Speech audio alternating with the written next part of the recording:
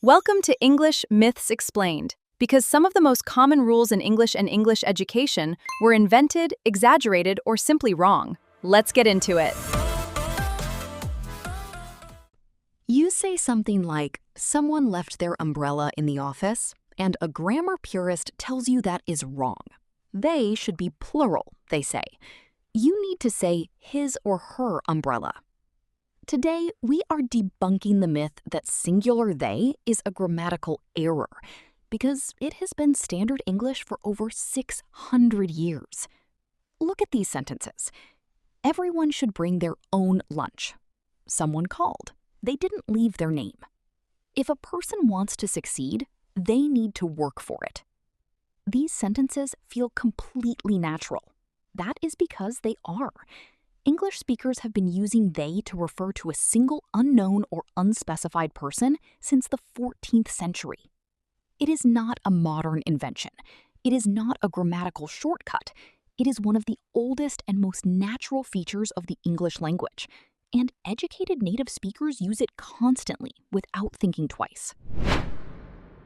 The myth that singular they is wrong emerged in the 18th and 19th centuries. Grammarians at the time decided that he should serve as the default singular pronoun for an unknown person. If a student wants to pass, he must study. This was presented as a grammatical rule. In reality, it was a social preference that reflected the values of the time, rather than the actual behavior of English speakers. The rule required people to use a gendered pronoun to refer to someone whose gender was unknown, which creates both grammatical awkwardness and a bias that the language had never actually required. Educated English speakers had been comfortably using they in this way for centuries before this rule existed. The evidence for singular they in respected English writing is extensive. Shakespeare used it. Jane Austen used it repeatedly throughout her novels. Geoffrey Chaucer used it in the 14th century. The sentence, "Everyone has their own opinion," appears in texts across 6 centuries of English writing. In 2015, the American Dialect Society named singular they its word of the year. In 2019, Merriam-Webster Dictionary named it word of the year and officially added the singular meaning to the definition. The Associated Press Style Book, the standard reference for professional English journalism, now explicitly endorses singular they. This is not a grammatical error. It is the default English solution to a genuine linguistic problem. Here is why singular they is often the only natural option. The myth-compliant version. If an employee wishes to raise a concern, he or she should contact his or her line manager. The natural version. If an employee wishes to raise a concern, they should contact their line manager. The first version is technically defensible and genuinely awkward.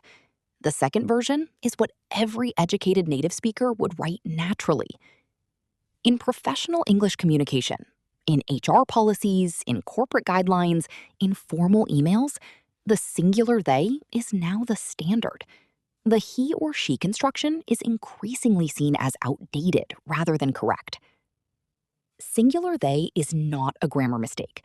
It is a 600-year-old feature of the English language that was briefly suppressed by an 18th century preference and has now been fully restored to its rightful place in standard English.